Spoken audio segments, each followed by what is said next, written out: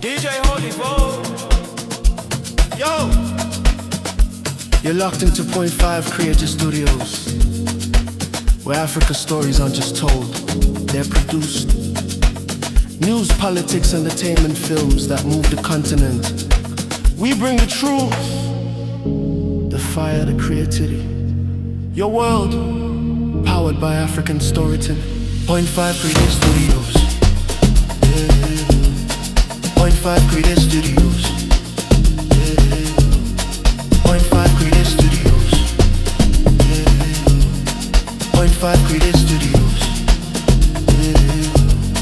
Point 5 Creative Studios. Sekuru, the Duke of Masvingo.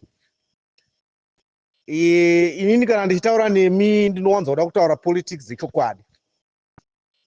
Sekuru, poverty iri muZimbabwe iri kutokonzeresa kuti ZANU-PF itogara mugame muchaizvo big time. Rega ndikuudzei chikonzero chacho. Number 1, tine vanhu vakawandisa vakabuda munyika, handiti vasingade ZANU-PF. Ukatarisa 90% dzevanhu ivava havavhote, oro 95% havavhote, havana chokuita. They are just vanhu vanongotaura pamasocial media. So iadvantage hombe yeZANU-PF. Handikuzviona, iadvantage hombe yeZANU-PF iwo. Second, kune vanhu vafana vatiri kutaura nezvavo vari kutrainwa, vanenge vakapromiswa mabasa vafana, handiti, because munyika hamuna mabasa, handiti. Saka vafana vanenge vachinzi kuti uende kuarmy kana kuti kupolice kana kuCIO kana kuti kuair force kana kuti kuany ningi to be a civil servant, unofanira kunge watombobva nekubhodha gezu, handiti. Saka vafana ivava manje vacharamba vakastika paZANU-PF manje, vachisapota ZANU-PF manje, because munhu ari kuda basa. Handikuzvinzwisa mutara, munhu ari kuda basa, saka acharamba akastika paakapromiswa basa, handiti.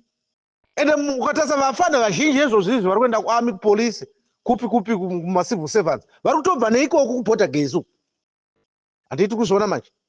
Vari kutobva neikoko kubhodha gezu uku vachitoenda kuchi. Saka munhu iyeye manje haumutange manje, because akawaniswa basa chi, because anenge achifungidzira kuti awaniswa basa through ZANU-PF. Handikuzviona. Imwe nyaya zvakare Sekuru ndeyekuti kune vanhu vari kuitirwa tumaproject, handiti. Saka munhu akapiwa mombe kana kuti munhu akapiwa dhora kana kuti akapiwa kape rice, munhu anofungidzira kuti munhu amupa kape rice ndiye munhu ari good iyeyo, asingazive kuti iwewo unogona kungonozvitengera kape yako yerice. Handiti wazviona. Ndo zvauraya system yemuSouth Africa muno munyaya yemundende yenhingi dzemari dzinotambirwa nevanhu dzemundende. Izvozvo ukatarisa kuti vanhu vazhinji muno vana vakungozvara vane ma13 years 11 years, mwana akuenda kunozvara, mwana akangoenda chete kumaperiods akuenda kunozvara, because anenge achiziva kuti anowana mari yemundende. Vamwe vacho havachadi kutoenda kuchikoro dzambavha, because anoziva kuti akangonorejesta chete akuwana mari yemundende. Munhu akangoita HIV positive chete anoziva kuti anonowana mari yemundende.